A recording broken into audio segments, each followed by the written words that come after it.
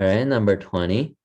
Points A and B lies on a circle with radius 1 and arc AB has a length of pi over 3. What fraction of the circumference of the circle has a length of arc AB? Okay, so first you have a circle. Right, the radius is 1. All right. And then the arc AB is pi over 3. So we don't know exactly where the arc is. Let's just say this is from A and this is B, maybe. Okay, and say this arc is pi over 3. Okay, so arc is like a part of the circumference of the circle. So you want to figure out what fraction of the arc is compared to the whole circumference. Okay, so I already know the arc is pi over 3, but we don't know what the circumference is. So let's just go and solve this. The circumference formula is C equal to 2 times pi times the radius. Okay, that's the circumference of a circle. So we can plug in radius just 1. So it'll be 2 times pi times 1, which is just 2 pi. Okay, so that's the circumference of the circle.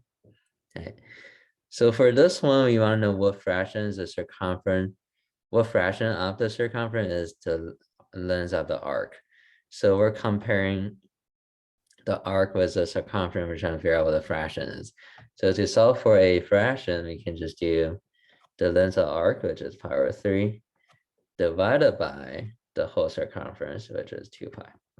Right? We want to know what fraction of the arc is compared to the whole circumference. It'll be pi over 3 divided by the whole circumference, which is 2 pi.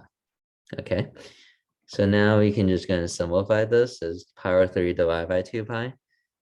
We can say that's same as pi over 3 times 1 over 2 pi.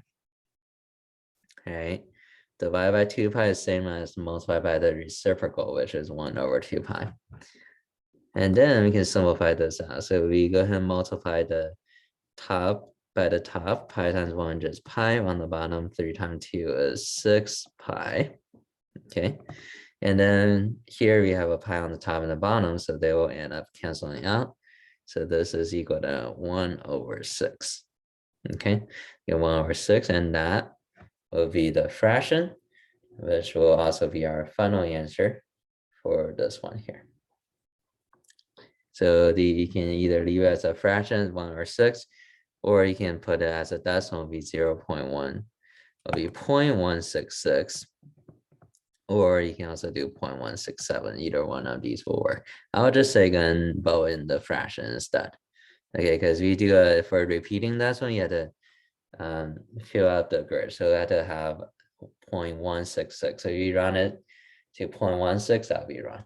Okay, so yeah, so just to be safe, we'll just put in the fraction 1 over 6.